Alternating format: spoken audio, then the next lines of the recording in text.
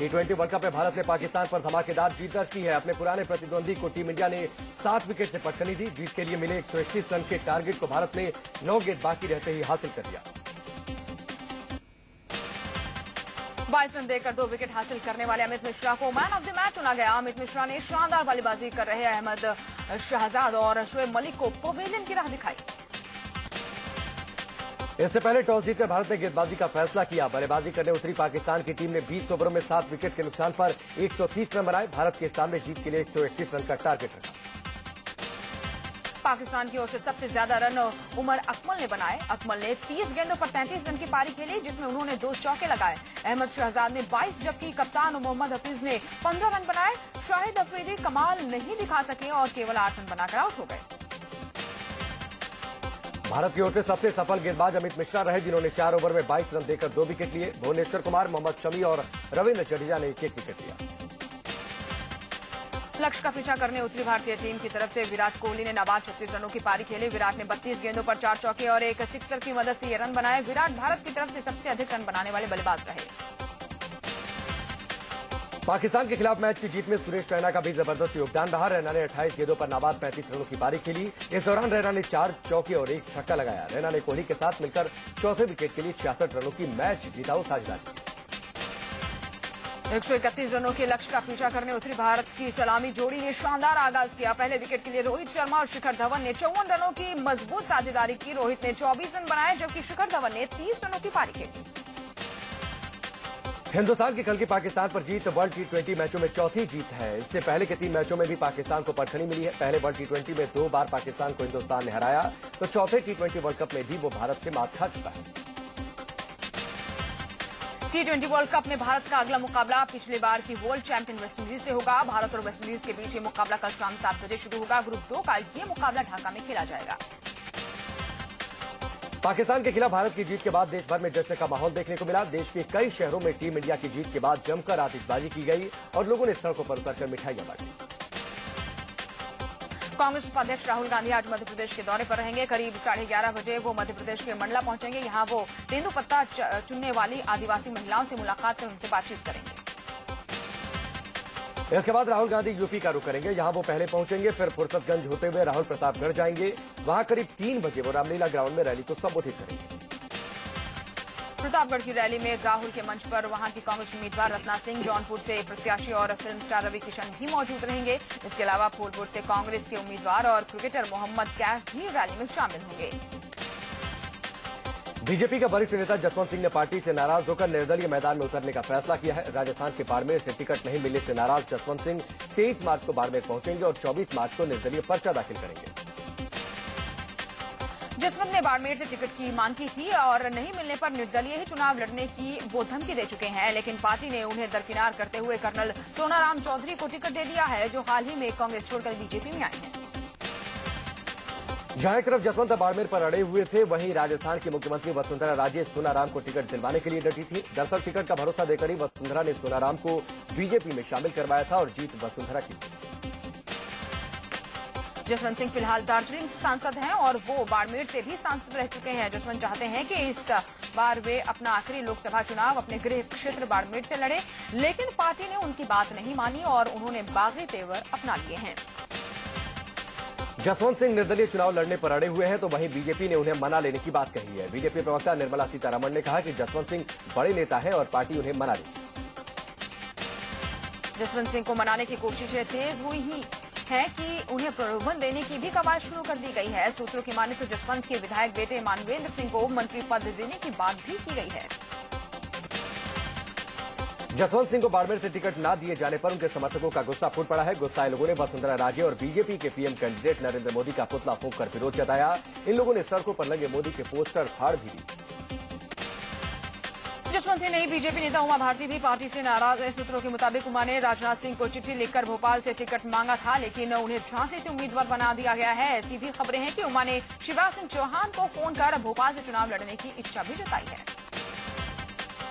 उमा के भोपाल से टिकट मांगने की खबरों को तब और बल मिला जब वो नागपुर पहुंची। खबरें आई कि भोपाल से टिकट हासिल करने के लिए संघ के जरिए दबाव डलवाने पहुंची थी। हालांकि उमा का कहना है कि वो नागपुर एक कार्यक्रम में शिरकत करने पहुंची थी। हालांकि उमा भारती ने मीडिया को चिट्ठी लिखकर ऐसी खबरों का खंडन किया है। उन्होंने राजनाथ सिंह को चिट्ठी लिखने की बात को भी नकार दिया है। साथ ही ये भी कहा है कि उन्होंने कभी भोपाल से चुनाव लड़ने की बात नहीं की। उमा भारती ने कहा है कि मीडिया में चल रही खबरें बेबुनियाद हैं। कांग्रेस ने एक बार फिर से नरेंद्र मोदी को मौत का सौदागर कहा है। कांग्रेस प्रवक्ता शक्ति सिंह गोहिल ने कहा कि मोदी ने लोगों को मरवाने का काम किया, इसलिए उन्हें मौत का सौदागर नहीं तो और क्या कहा जाए। पहले राम के सेवकों को जलाया या जलने दिया, फिर रहीम के बंदों को मरवाया, उसको मौत का सौदागर नहीं तो आप क्या कह सकते हो। सामना में शिवसेना प्रमुख उद्धव ठाकरे ने आडवाणी की अनदेखी को लेकर बीजेपी को जताया। उन्होंने लिखा है कि आडवाणी की अनदेखी ठीक नहीं है, आडवाणी की अनदेखी से दुर्घटना हो सकती है। शिवसेना ने यूपी में नरेंद्र मोदी और राजनाथ सिंह के खिलाफ उम्मीदवार उतारने की खबर को गलत बताया है। शिवसेना अध्यक्ष उद्धव ठाकरे के बेटे आदित्य ठाकरे ने ट्वीट कर कहा कि शिवसेना मोदी और राजनाथ के खिलाफ उम्मीदवार नहीं उतारेगी। हालांकि शिवसेना के फैसले के बाद यूपी प्रदेश अध्यक्ष उदय पांडे ने कहा है कि मोदी और राजनाथ सिंह के खिलाफ उम्मीदवार तय हो चुके थे, लेकिन शिवसेना मुख्यालय से संदेश आया है कि वाराणसी लखनऊ में प्रत्याशी नहीं देने हैं। लखनऊ से मैंने अपना स्वयं नाम भेजा था और वाराणसी से अजय चौबे जी का नाम भेजा था। इस तरह से सभी सीटों पे हमने मांगा था, लेकिन मुझे अभी भी ये जानकारी मिली है कि शायद वो वाराणसी से और लखनऊ से चुनाव नहीं लड़ना चाहते।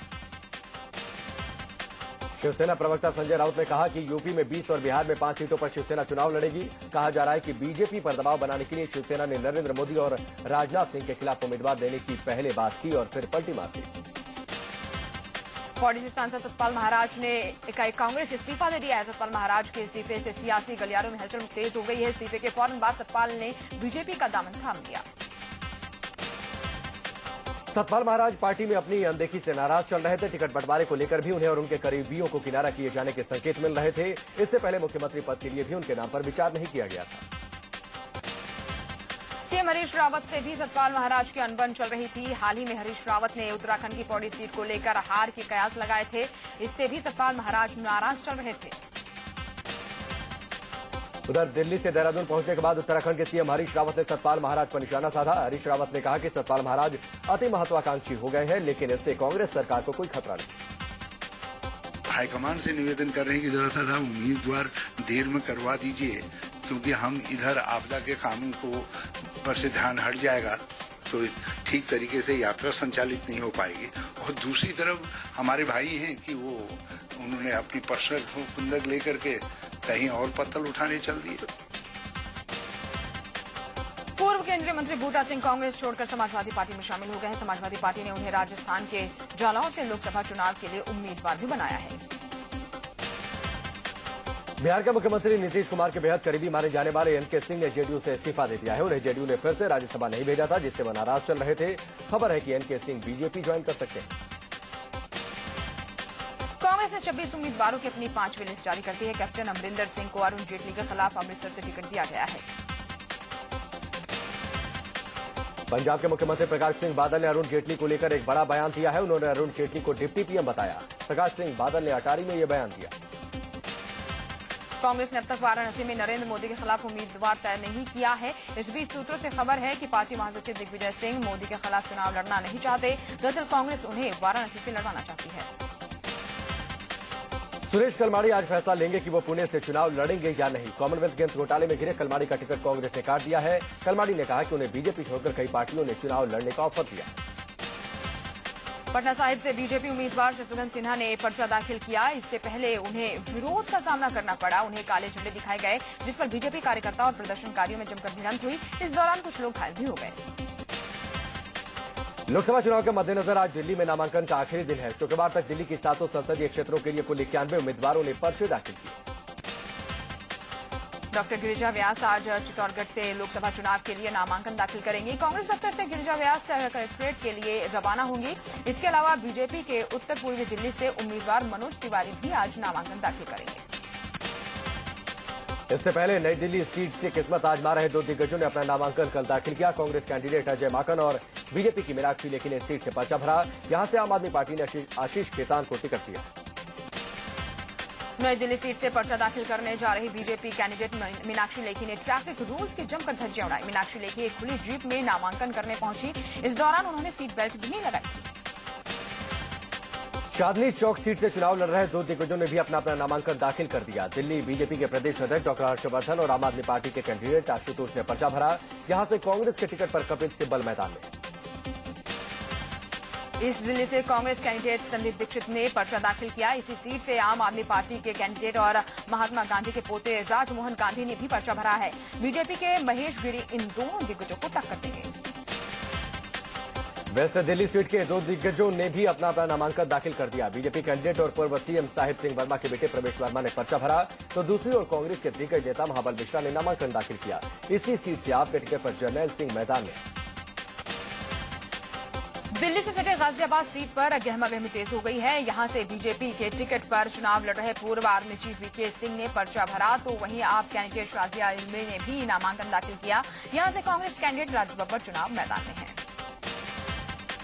यूपी की कैराना सीट से बीजेपी कैंडिडेट हुकुम सिंह ने पर्चा भरा। हुकुम सिंह पर मुजफ्फरनगर में हिंसा भड़काने के आरोप है। पर्चा भरने पहुंचे हुकुम सिंह के साथ मुजफ्फरनगर हिंसा के एक और आरोपी बीजेपी विधायक सुरेश राणा भी मौजूद थे। आरजेडी के टिकट पर बिजनौर से चुनाव लड़ रही अभिनेत्री और सांसद जयप्रदा ने भी अपना नामांकन दाखिल किया। पर्चा भरने पहुंची जया की एक झलक पाने के लिए कलेक्ट्रेट के बाहर लोगों की भारी भीड़ जमा हुई। मेरठ से कांग्रेस उम्मीदवार नगमा आज अपना नामांकन दाखिल करेंगी। दरअसल कल उनके कागजात पूरे नहीं होने की वजह से नामांकन नहीं हो पाया था। मेरठ से कांग्रेस उम्मीदवार नगमा नामांकन नहीं कर पाई। नामांकन नहीं होने से कार्यकर्ता भड़क गए और मजिस्ट्रेट ऑफिस के बाहर हंगामा करने लगे। चंडीगढ़ सीट से अभिनेत्री और बीजेपी कैंडिडेट किरण खेर ने नामांकन दाखिल किया। किरण के साथ उनके पति अनुपम खेर भी मौजूद थे। इस सीट पर किरण खेर का मुकाबला कांग्रेस के पवन बंसल और आम आदमी पार्टी के गुलपनाग से। चंडीगढ़ से आम आदमी पार्टी की उम्मीदवार गुलपनाग ने लोकसभा चुनाव के लिए नामांकन किया। पार्टी ने पहले इस सीट से जसपाल भट्टी की पत्नी सविता भट्टी को टिकट दिया था, लेकिन उनके टिकट लौट आने के बाद गुलपनाग को टिकट दिया गया। मध्य प्रदेश की छिंदवाड़ा सीट से केंद्रीय मंत्री और कांग्रेस कैंडिडेट कमलनाथ ने पर्चा दाखिल किया। कमलनाथ इस सीट से 8 बार चुनाव जीते हैं। इस बार कमलनाथ का मुकाबला बीजेपी कैंडिडेट चंद्रभान सिंह से है। पीलीभीत से बीजेपी कैंडिडेट मेनका गांधी ने नामांकन दाखिल किया। बड़ी संख्या में समर्थकों के साथ मेनका नामांकन करने पहुंची। इस सीट पर मेनका का मुकाबला एसपी कैंडिडेट बुद्धसेन वर्मा से है। छत्तीसगढ़ के पूर्व मुख्यमंत्री अजीत जोगी ने भी नामांकन दाखिल किया। कांग्रेस ने जोगी को महासमुंद सीट से टिकट दिया है। हालांकि अजीत जोगी को यहां से टिकट दिए जाने का विरोध करते हुए कांग्रेसी नेता मोतीलाल साहू ने इस्तीफा तक ले दिया है। इन्फोसिस के सह संस्थापक और दक्षिण बेंगलुरु से कांग्रेस कैंडिडेट नंदन नीलकेणी ने नामांकन दाखिल किया। इस सीट पर नंदन नीलकेणी का मुकाबला बीजेपी नेता अनंत कुमार से है। नागपुर से 7 बार सांसद रह चुके कांग्रेसी नेता विलास राव मुत्तेबाद ने नामांकन दाखिल किया। नामांकन से पहले उनके समर्थकों ने बैंड बाजे के साथ मार्च भी किया। साथ ही रामटेक लोकसभा सीट से कांग्रेसी नेता मुकुल वासनिक ने भी पर्चा दाखिल किया। मायावती आज रांची में रैली करने जा रही हैं। रांची में होने वाली इस रैली की सारी तैयारियां पूरी कर ली गई हैं। अरविंद केजरीवाल आज हरियाणा में रोड शो करेंगे। केजरीवाल का ये रोड शो फरीदाबाद और बल्लभगढ़ विधानसभा में होगा। 24 मार्च को वो गुड़गांव के लिए रवाना होंगे। हालांकि इस बीच उन्हें विरोध का भी सामना करना पड़ा।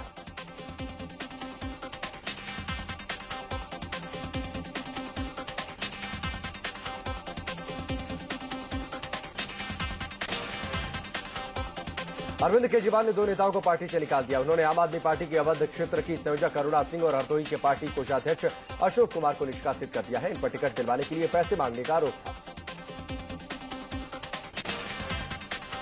आम आदमी पार्टी ने लोकसभा चुनाव के लिए 30 उम्मीदवारों की नौवीं लिस्ट जारी की है। पार्टी ने असम से 2, छत्तीसगढ़ से 3, गुजरात से 3, कर्नाटक से 15, केरल से 1, महाराष्ट्र से 2, उड़ीसा से 1 और पश्चिम बंगाल से 3 कैंडिडेट के नाम इस लिस्ट में। पैसे मांगने के आरोप में भले ही केजरीवाल ने 2 नेताओं को पार्टी से निकाल दिया है, लेकिन ऐसे ही आरोप से घिरी विधायक और नॉर्थ वेस्ट दिल्ली से उम्मीदवार राखी बिरलान पर कार्रवाई नहीं की। केजरीवाल ने कहा है कि हमने जांच की है और उन पर लगे आरोप गलत हैं। गायक रेमो फर्नांडिस ने आम आदमी पार्टी से नाता तोड़ लिया है। कुछ समय पहले ही वो आम आदमी पार्टी में शामिल हुए थे। रेमो ने कहा है कि सियासत के चलते संगीत पर वो समय नहीं दे पा रहे, इसलिए उन्होंने पार्टी छोड़ने का फैसला किया। अमेरिका की एक कोर्ट ने कांग्रेस अध्यक्ष सोनिया गांधी को 7 अप्रैल तक पासपोर्ट की कॉपी जमा करने का आदेश दिया है, ताकि ये साफ हो सके कि पिछले साल 2 सितंबर से 9 सितंबर के बीच वो अमेरिका में थी या नहीं। दरअसल सोनिया गांधी ने न्यूयॉर्क के एक कोर्ट में अर्जी लगाकर सिख विरोधी दंगे से जुड़े मामले को खारिज करने की मांग की थी। अर्जी में कहा गया था कि उन्हें इस मामले में कोई समन नहीं मिला था क्योंकि वो उस वक्त अमेरिका में नहीं थी। शिरडी से शिवसेना के लोकसभा उम्मीदवार बबन राव घोलाप और उनकी पत्नी को आय से अधिक संपत्ति के मामले में दोषी करार दिया गया है। दोनों को 3 साल की सजा सुनाई गई है। साथ ही 1-1 लाख का जुर्माना भी लगाया गया। बीजेपी के प्रतिनिधिमंडल ने केंद्रीय गृह मंत्री सुशील कुमार शिंदे से मिलकर बीजेपी के वरिष्ठ नेताओं की सुरक्षा पुख्ता करने की मांग की। बीजेपी के कुछ नेताओं पर आतंकी हमले की आशंका की खुफिया रिपोर्ट सामने आई है। काफी नाम नुकुर के बाद कानपुर से चुनाव लड़ने को राजी हुए बीजेपी कैंडिडेट मुरली मनोहर जोशी ने चुनावी अभियान का आगाज कर दिया है। कानपुर पहुंचे जोशी का उनके समर्थकों ने भव्य स्वागत किया। बिहार के आरा से बीजेपी उम्मीदवार और पूर्व केंद्रीय गृह सचिव आरके सिंह की प्रेस कॉन्फ्रेंस के दौरान बीजेपी के 2 गुटों के बीच जमकर हंगामा हुआ। विरोधी पक्ष के लोग खुद को दरकिनार किए जाने का आरोप लगा रहे थे। इसी को लेकर दोनों पक्षों में खूब कहासुनी हुई।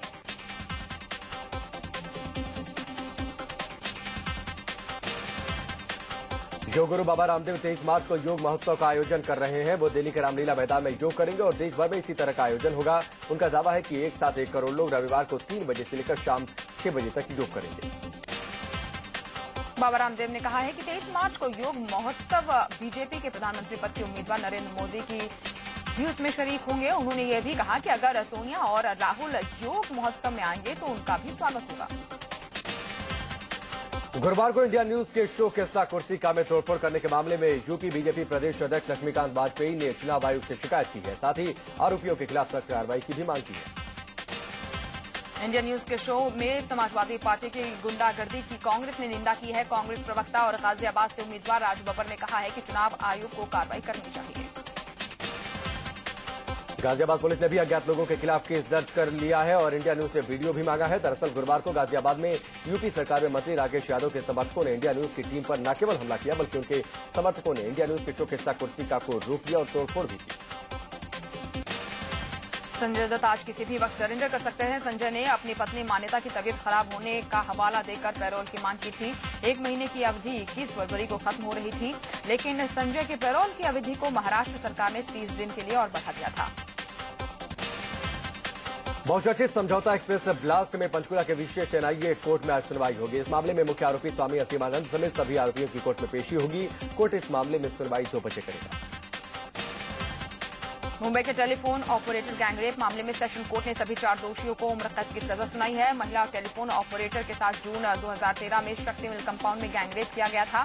इससे पहले कोर्ट ने चारों आरोपियों सिराज खान, सलीम अंसारी, मोहम्मद कासिम और विजय जाधव को दोषी करार दिया। शक्ति मिल कंपाउंड में ही हुए महिला फोटो पत्रकार के साथ गैंगरेप के मामले में कोर्ट ने फैसला 24 मार्च तक टाल दिया है। इस मामले में भी चारों आरोपियों को कोर्ट ने गुरुवार को दोषी करार दिया। इंदौर में कांग्रेस विधायक की दबंगई भरी तस्वीर सामने आई है। विधायक के सामने उनके गुर्गों ने टोल प्लाजा पर जमकर बवाल काटा। सीसीटीवी में कैद ये तस्वीरें देखकर आप अंदाजा लगा सकते हैं। विधायक सुरेंद्र सिंह बघेल भी इस फुटेज में साफ दिखाई दे रहे हैं। इंदौर के माननपुर की तस्वीर है ये। टोल नाके पर टैक्स देने को लेकर यह विवाद शुरू हुआ था। विधायक सुरेंद्र सिंह बघेल ने आरोप लगाया कि उन पर लाठी डंडों से हमला किया गया, लेकिन तस्वीरें ठीक इसके उलट बयां कर रही हैं। टोल नाके पर हुए इस वाकये के बाद विधायक ने शिकायत दर्ज करवाई। मामला दर्ज करने के बाद पुलिस ने बिना देरी किए चारों टोल कर्मियों को गिरफ्तार कर लिया। इस पूरे मामले में सच्चाई क्या है, ये तो जांच के बाद ही साफ हो पाएगा। गाजियाबाद में डीएम दफ्तर के पास चेकिंग के दौरान बदमाशों ने पुलिस पर फायरिंग शुरू कर दी। फायरिंग के बाद बदमाश भागते हुए डीएम दफ्तर में घुस गए। काफी देर तक पुलिस इनकी तलाश करती रही, लेकिन बदमाशों के पिस्तौल और बाइक के सिवा उनके हाथ कुछ नहीं लगा। यूपी के ग्रेटर नोएडा में बेखौफ बदमाशों ने दिन दहाड़े मुकेश शर्मा नाम के प्रॉपर्टी डीलर की गोली मारकर हत्या कर दी। गोली लगने से मुकेश की मौके पर ही मौत हो गई, जबकि मुकेश के साथी लोकेश को गोली छूकर निकल गए। लोगों के मुताबिक जमीन विवाद के चलते हत्या की वारदात को अंजाम दिया गया। झारखंड के बोकारो पुलिस ने जंगल से 2 नक्सलियों को गिरफ्तार किया। गिरफ्त में आए नक्सलियों के पास से अवैध हथियार और कई कारतूस बरामद हुए।